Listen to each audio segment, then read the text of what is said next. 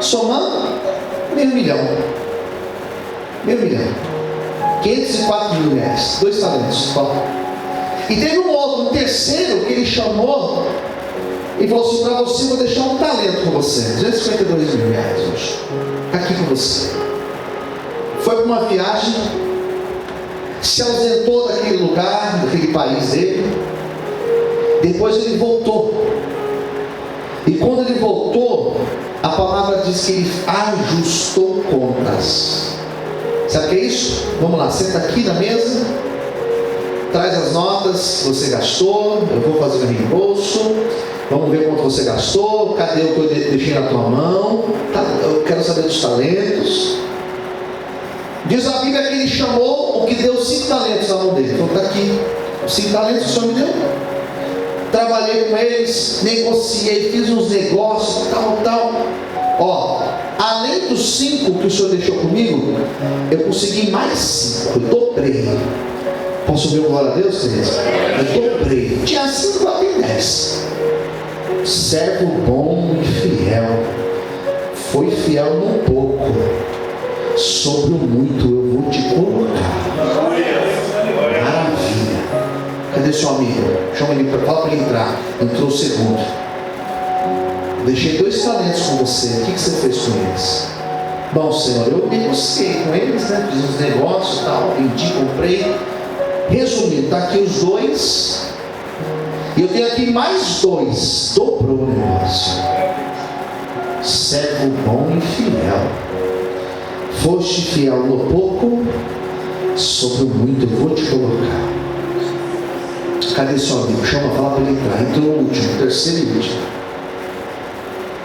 Quando ele entrou, sentou na mesa e falou assim: Senhor, então, está aqui o talento que o Senhor me deu. Fiquei meio cismado de perder. Fiquei meio cismado de dar alguma coisa errada. Sabe o que eu fiz? Eu enterrei esse talento. Lembra daquelas histórias de pessoas que enterravam tesouros em lugares? Eu enterrei, eu cavei um buraco no quintal de casa, coloquei esse talento, fechei a terra, deixei lá guardado. E agora que eu soube que o Senhor chegou, desenterrei e trouxe aqui para o Senhor. Está aqui. Ele falou: peraí, se eu tivesse pego esse talento e ter deixado um no banco, por exemplo, quando eu voltasse, esse talento tinha me dado com juros. Servo mau e negligente. E diz a Bíblia que ele foi lançado nas trevas exteriores. Esse talento que ele enterrou, tirou-se dele e deu para aquele que já tinha 10 talentos. Moral da história: a gente ouve uma parábola dessa, e ela deslocada do texto, ela deslocada desse capítulo 25 e 24, porque ele vem lá do 24, não faz muito sentido. Parece uma coisa meio, né? Entregou o talento, pediu de volta, tal. O outro que não trabalhou, escondeu, foi jogado nas trevas. Não dá muito para entender muito bem. O que a gente faz quando a gente não entende muito bem um texto? A gente afasta. E quando você se afasta e você olha o contexto dessa parábola, o que vem antes e o que vem depois, posso usar amém, queridos? Dica para você interpretar a Bíblia: se não entendeu o texto, o trecho, leia antes, talvez a resposta vai estar antes, ou leia depois, talvez a resposta vai estar depois. Nesse caso aqui, antes e depois. Quando você volta ao texto, na verdade quando você volta à página, lá no capítulo 24, você descobre umas verdades. Primeiro, Jesus pregou. Isso aqui é uma pregação. Posso ouvir amém, queridos? Isso aqui é uma pregação. E para quem Jesus pregou, pastor? A minha informação é importante. Para quem ele pregou? Para uma grande multidão? Não. 12 homens ouviram essa pregação de Jesus. Ou seja, Jesus pregou para os seus discípulos. A pregação de Mateus 24 e 25 foram somente para os discípulos. Jesus sentou os 12 e falou assim: eu vou falar para vocês acerca da minha vinda, eu vou voltar. Opa, está vendo que a parábola tem sentido? Quem já está entendendo, diga amém. Eu vou voltar. E os discípulos perguntaram: o senhor vai voltar? O senhor vai morrer, mas depois o senhor vai voltar? Ele falou: é quase isso aí. Mas quando vai acontecer isso, Senhor? Que dia que vai acontecer isso? Quando que vai ser isso? Essa semana, mês que vem, ano que vem? Daí Jesus começou a pregar para eles. E a primeira coisa que Jesus falou foi: olha, eu vou deixar alguns sinais para você, porque o dia e a hora ninguém sabe. Então eu vou deixar alguns sinais. Olhe para a sociedade. Vai faltar amor, vai ser um matando o outro, vai ser filho matando o pai, pai matando o filho. Você vai ver que vai ter muita gente passando fome. Você vai perceber que vai existir muitas guerras. Quando vocês começarem a ver essas coisas acontecendo, é porque eu já estou voltando para buscar vocês. Só isso não, tem mais. Olha para a natureza. Catástrofes da natureza, as águas, terremoto, maremoto, o sol vai aquecer. Olha, contou uma série de coisas que vão acontecer na natureza. Tudo que a gente está vendo hoje. E daí Jesus falou assim: em terceiro lugar, olhe para a igreja. O povo de Deus vai estar muito disperso. O pessoal vai estar inventando uma teologia tudo muito doida. Muitos esfriando, muitos deixando de congregar, muitos andando atrás de umas profecias que não tem nada de Deus, muitos perdidos aí, falta de temor. Essa semana aconteceu algo aqui comigo muito interessante. Sexta-feira, estou abrindo um parênteses aqui. Sexta-feira um jovem me chamou cedo: pastor, precisava de ajuda, uma oração, e contou a situação dele. Eu falei: vou orar com você. Ele falou assim: pastor, eu estava aqui no meu celular, na rede social, e eu achei um pastor aqui no TikTok. Mas no TikTok? Eu falei: TikTok, achei um pastor aqui. Eu mandei a mensagem para ele aqui, ele mandou um áudio aqui para mim com uma profecia. Eu falei: rapaz, e aí? Eu tenho a profecia aqui. Falei: só me fala uma coisa, tem pedido dinheiro na profecia? Pediu dinheiro para você? Ele falou: mandou o áudio para mim. Eu não preciso nem contar o final da história. As pessoas perderam o temor de Deus. Posso ver um amém, queridos? Perderam o temor de Deus. Ou não conhece a Bíblia, ou não acredita no que a Bíblia diz, ou simplesmente apostatou da fé, como Jesus disse que iria acontecer. Jesus contou esses sinais. Depois Jesus contou para eles sobre a grande tribulação, as catástrofes da grande tribulação, as perseguições. Depois Jesus falou sobre juízo final. Depois Jesus falou para eles acerca do milênio. Jesus falou para eles acerca da eternidade, todas as coisas. E aqueles homens, aqueles 12 discípulos ouviram essa pregação de Jesus. Daí Jesus falou: e aí, vocês entenderam? Entenderam. Na medida, né? Eu entendi. Parece que quando a gente começa a falar desses assuntos, parece que às vezes até acontece de nós ficarmos com mais dúvidas do que antes. Quem concorda, diga amém. Mas peraí, mas e se a pessoa morreu? E se a criança nasceu no período? E não sei o quê? São várias dúvidas. Jesus falou assim: então, para vocês entenderem melhor, eu vou contar para vocês 4 parábolas. Quantas parábolas? 4 parábolas. Serão 4 ilustrações, daí vocês vão entender melhor. É igual eu estou pregando aqui para vocês, irmãos. Daí, para ilustrar o que eu estou pregando, eu dou um exemplo para vocês. Eu conto uma história. É igual quando você está estudando matemática e a professora ou o professor, ao invés de falar de números, ele vai falar assim: tem que imaginar o Joãozinho comprou não sei quantas laranjas, daí foi lá e não sei o que, daí Joãozinho, laranja, maçã, fica até mais fácil para entender. Jesus falou assim: eu vou contar 4 parábolas para vocês, primeira delas é a parábola do servo fiel, do servo justo, prudente, e do servo mau. A segunda parábola foi a parábola que eu preguei na semana passada, parábola das 10 virgens. A terceira parábola é essa daqui de hoje, e essa é a última, não vou pregar mais sobre este assunto por enquanto, que é a parábola dos 10 talentos, e a quarta e última parábola das ovelhas e bodes. Jesus contou essas parábolas: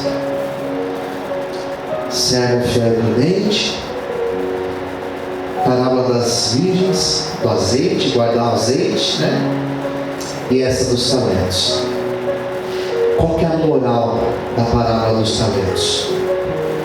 O Senhor colocou algo na nossa mão, e quando Ele vai voltar, Ele vai perguntar: o que você fez com aquilo que eu entreguei nas tuas mãos? Posso ouvir amém, queridos? É essa a parábola dos talentos. E percebe que para um Ele deu 5, e quando Ele voltou e foi cobrar destes 5, a cobrança foi justa. Ele não cobrou, a Bíblia vai falar que Ele entregou para cada um segundo a sua capacidade. Sabe o que é isso? Eu vou dar um exemplo para vocês, vou usar uma parábola aqui para vocês entenderem o que eu quero dizer. Eu contrato 3 pessoas, eu contrato 3 pintores. E eu chego para um pintor, eu falo assim: olha amigo, eu tô de saída, está aqui o pincel, está aqui a tinta, está aqui o rolo. Olha, pinta essa parede aqui para mim, está vendo essa parede aqui? Pinta ela para mim. Eu vou te dar 5 horas para você trabalhar e fazer essa parede. Quem entendeu? Diga amém.